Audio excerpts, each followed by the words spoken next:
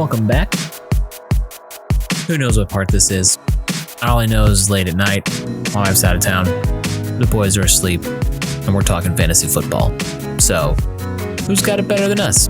Nobody. My lesson today, the thing I want you to know, is that the team you draft is not the team you finish with. The draft is the most fun part of fantasy football. As you get ready for it, you're excited. It's kind of like opening day in baseball, or it's like opening week in the NFL, where you're like, man, maybe we were 4-12 last year, but I mean, the Texans won their division after that horrible debacle. So, I mean, maybe we can be good too.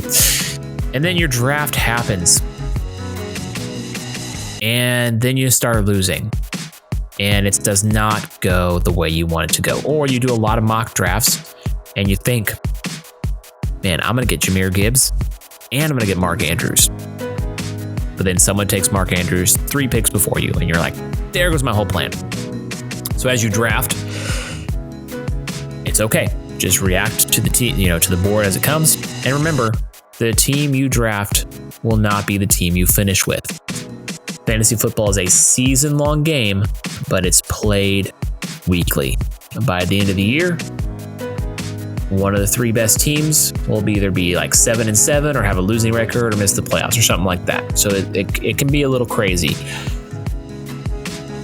But make moves, be aggressive but not reckless, right? Don't draft Lamar Jackson after 2 straight weeks of disappointment.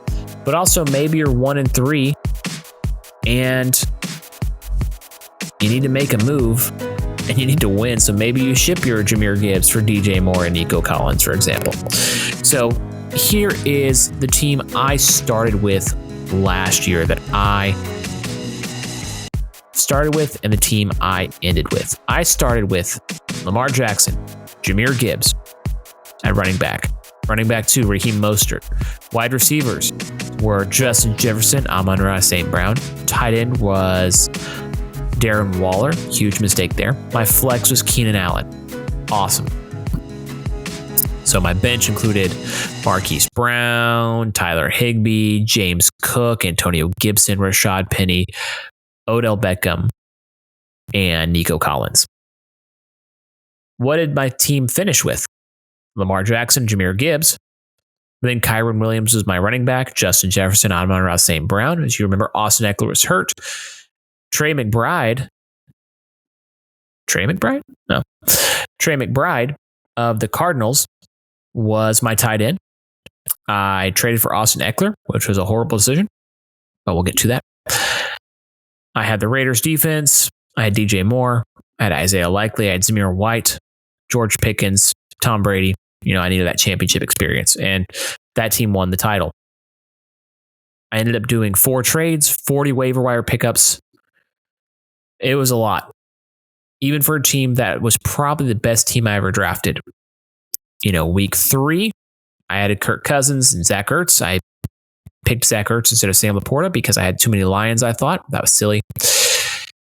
I let go of Higbee and Odell. Week 4, I did nothing. Week 5, I added Jordan Addison and Samaje Perine. I would later trade for Breece Hall and Nakua.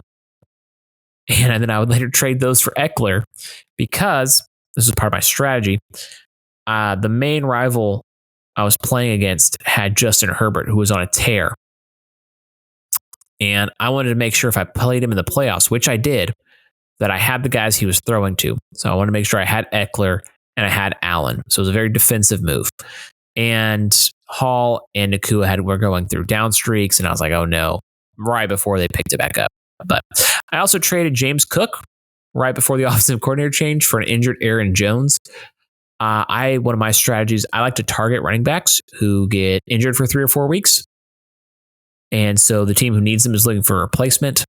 Like 1 year, I traded for Saquon after a high ankle sprain, knowing that he was going to be out for 4 to 6 weeks and it would take him another 4 or 5 weeks to get better. But by the end of the season, I knew he'd be back to it. I had a good team that year. I was able to do that. So if you're in position to do that, do it.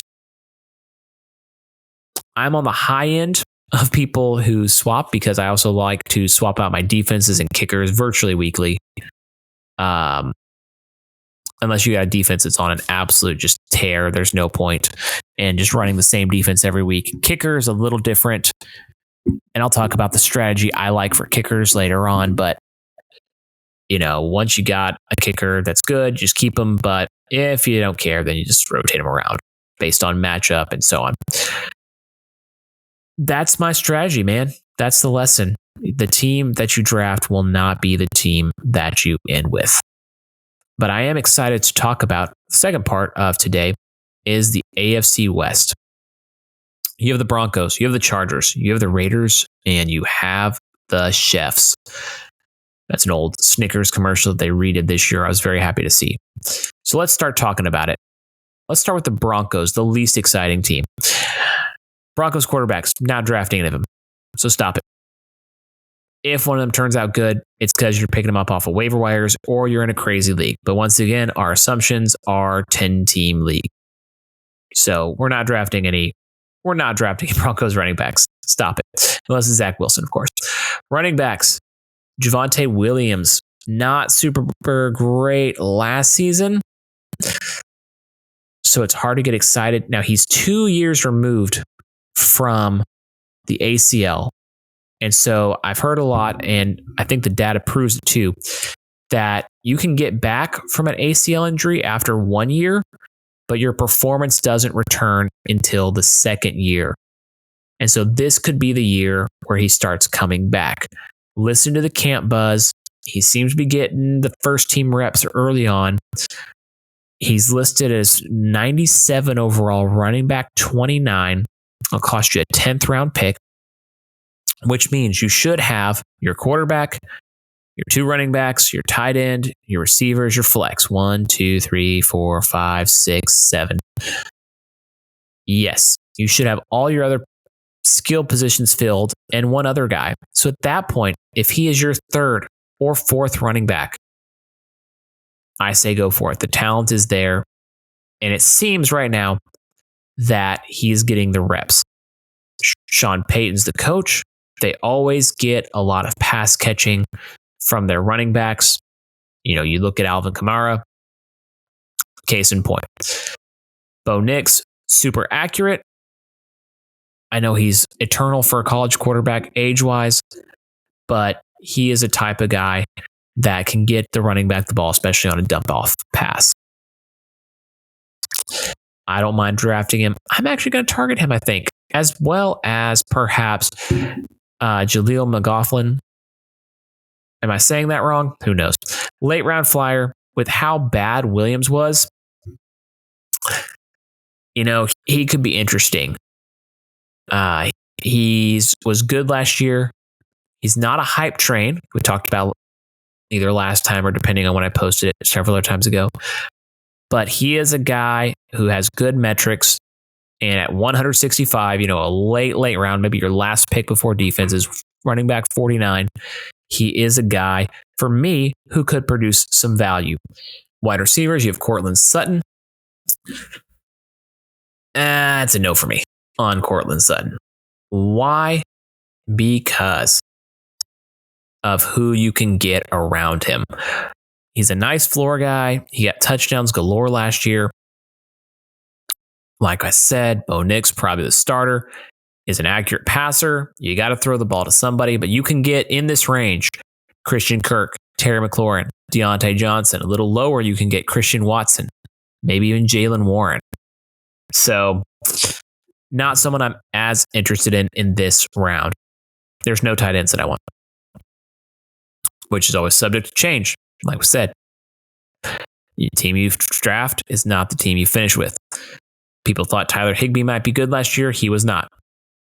Hollywood Brown, supposed to get a lot of touches early on. He did not. I loved Darren Waller last year.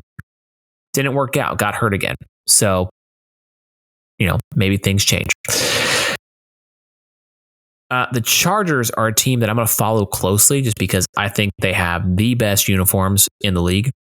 And I don't necessarily think it's close. You have a great quarterback in Justin Herbert. The problem is you have Jim Harbaugh as the coach. And he has never had a quarterback this good. He just does great things with mediocre quarterback play. Say what you want about Alex Smith, but Justin Herbert's better. Say what you want about Colin Kaepernick, but Justin Herbert is a better quarterback. He's done a good job either winning in spite of his quarterback play or using the quarterback's legs to further power the run game that he likes to run. Greg Roman's the offensive coordinator, and they love to run it. So the raw talent, remember talent touches opportunity, or talent touches targets for skill position players. Justin Herbert has the talent, but he doesn't have any wide receivers really to speak of. And they're going to look to run the ball a lot and control the clock and try to make this team make the playoffs. So I'm passing on him. I would much rather have a quarterback, because he's rated quarterback 13. I'd rather have Caleb Williams, quarterback 16. Not much more, but that's about where I'd want him. I'd rather have Jaden Daniels a lot more at quarterback 14, or Trevor Lawrence, quarterback 18. Running backs. The wheels on the bus go round and round, round and round, all through the end zone. Gus Edwards, running back 36, 114 overall. Give me him at this price. They're going to run the ball in the red zone, and he is the punisher, the closer. He is not a cat pass catcher, but I don't think the offense is really going to ask him to do that much. He's being taken as running back 36. He finished last year at running back 25. And that's closer to where I think he is in running back 36. If you're doing a zero or hero running back strategy, waiting, filling out all your other positions, he is the one I'm looking at. And I might even go back to back with J.K. Dobbins. He's off of 2 ACL injuries, so there's a lot of risk there. But give me Gus Edwards at that cost all day long. Wide receiver. Someone has to catch the ball. And so you have 3 listed. You have Ladd McConkey. He's a rookie, so a little bit unknown. But remember that Puka Nacua was unknown last year. 10th round price, 11th round price, wide receiver 48. Seems like a reasonable price. He might get hype trained this offseason. We'll see. Quentin Johnson played the whole season, did nothing, even with the wide receivers out. So no. Josh Palmer had some flashes last season, but was either behind 2 great receivers, or when he had his chance, then his quarterback got hurt. So I don't know. I don't know about Josh Palmer. I like Josh Palmer more than Quentin Johnson, but I think Ladd is the way to go. Hayden Hurst, no thank you. Moving down to the Raiders. I think that Gardner Minshew will win the job. I think he is a good enough quarterback to keep fantasy lives alive. I mean, he kept Michael Pittman Jr. in a good range last year. So I think he can do the same for Devontae Adams. You're not drafting him, though, as a quarterback. Running back, Zamir White. This one is controversial in the fantasy community because it seems like, first of all, he's jacked. I don't know if you've seen the Instagram picture, but we like our running backs jacked. And he did great at the end of the season last year, and he's the 6th rounder. So this is a tough one because we don't know if he can do it a full season. Many players have had short spells, and then drifted off the next season. Now, I will probably grab him if I have wide receiver, running back, tight end filled in my skill positions, and I need a running back too. But think about this. In weeks 15 through 18, he had 23.3 touches per game, 114 yards per game, and running back 12 in fantasy points per game. So high-end running back 2, tons of touches, consistent. Switching to wide receiver, you got Devontae Adams, the big dog. I mean, he has been just so annoying to me in fantasy because I never have him, and he always scores 4 touchdowns when I play him or just goes off. Last year was the first season since 2015, so it's like 9 seasons that he did not finish as a top 10 wide receiver. He's right now checking in at wide receiver 15. Oh, sorry, he checked in as wide receiver 15. And his quarterback play was awful. If you've seen receiver, he's getting missed left and right. A receiver on Netflix, sorry. He's getting missed by Jimmy Garoppolo left and right. Last season, basically, they were 12th in off-target percentage. They were the 6th lowest completion percentage, even though he still got tons of targets, 175 targets. And target share, I think, is overrated, but he did get 33% of it. So when they were passing, they were looking for him. He did the best he could. And since I'm a believer in Minshew, who made Michael Pittman a legit wide receiver 1, I think he can get the ball to Adams. So if Minshew wins the job, then I'm in on Adams at this price. If Minshew does not win the job, then no. Brock Bowers is the tight end to target here. I'm definitely just not drafting him. And that's because tight end 13, you have an elite wide receiver ahead of him. You used to never draft rookie tight ends. Laporta kind of changed that last year, but you got to remember talent plus targets and catches as fantasy points, or touches, whatever you want to say. Talent, touches, targets. The Raiders want to run the ball and dominate. So that's going to take out the targets. They also have an elite player in Adams. So that's going to take out the targets. And in the red zone, you have one of the best touchdown makers ever in Devontae Adams. So I just don't know if the opportunities will be there for Brock Bowers.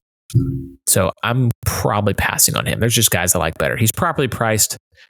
I'm not reaching for him. I might trade for him. Might pick up him off of waivers, depending on how the first few weeks goes. Not drafting him.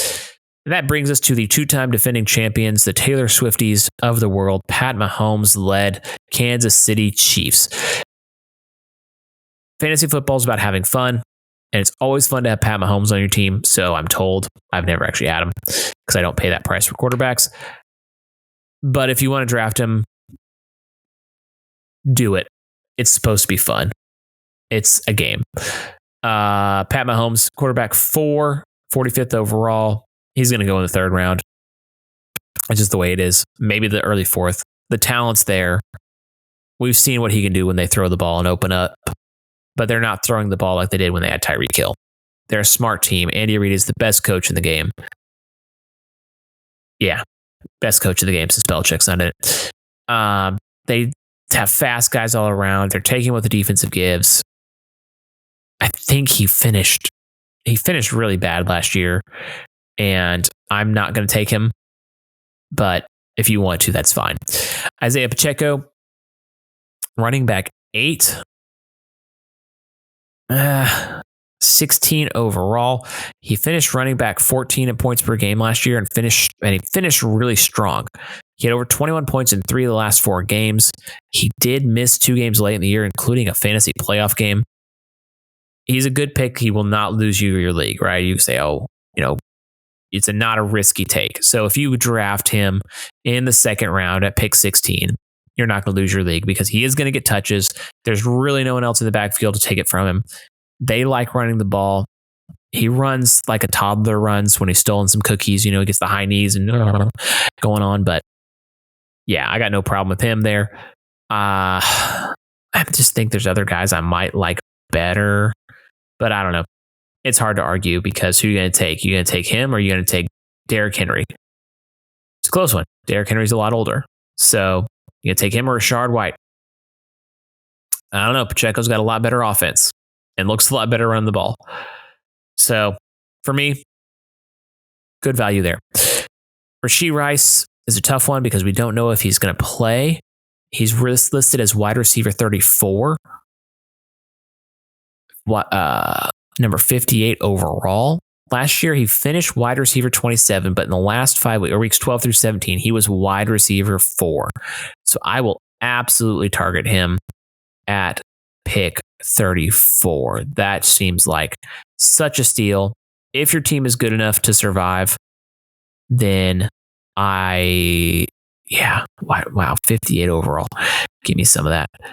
If your team is good enough to survive missing a top receiver for a few weeks, not to brag, but yeah, we'll see what I just think that's just a dynamite steal. And we don't know when the league will come down on it. So I think he's going to stay there as far as value. I wouldn't even mind. I don't like reaching very much, but I mean, that's a 6th rounder. I wouldn't mind giving a 5th rounder for him there. He was fantastic at the end of the year. Wide receiver, Xavier Worthy's a rookie. I'm fine taking a flyer on him just because we also don't know if Rice is going to play a full season. It usually takes rookies like half the year to really get going, just like with Rashee Rice. So, wide receiver 47, 106 overall. Draft him there if you want. There's some other guys I think I like better, like Ladd. For the Chargers, Jaden Daniels, the quarterback I'm kind of targeting, is in that range. Raheem Mostert's in that range. I don't know. There's just other players I like better. And then finally, the eternal Travis Kelce. So old that he's a little bit younger than me. Number 3 last year, but he was number 1 in points per game. Missed the first week, if you remember. Listed as tight end 2. And at 28 overall, he might finally be a value. I liked taking him in the second round for several years, and then he ended up being a first rounder every year after that. So I am going to wait on tight end probably. I'm probably looking in the 5th round for Trey McBride, Evan Ingram. But man, if you get Travis Kelce or Pat Mahomes, Travis Kelce stack, things are fun. It's fun. And if you're a Swiftie, just draft him. That's what it's all about. And if he doesn't do well, shake it off. You know, that's all I got to say about that. See you next time.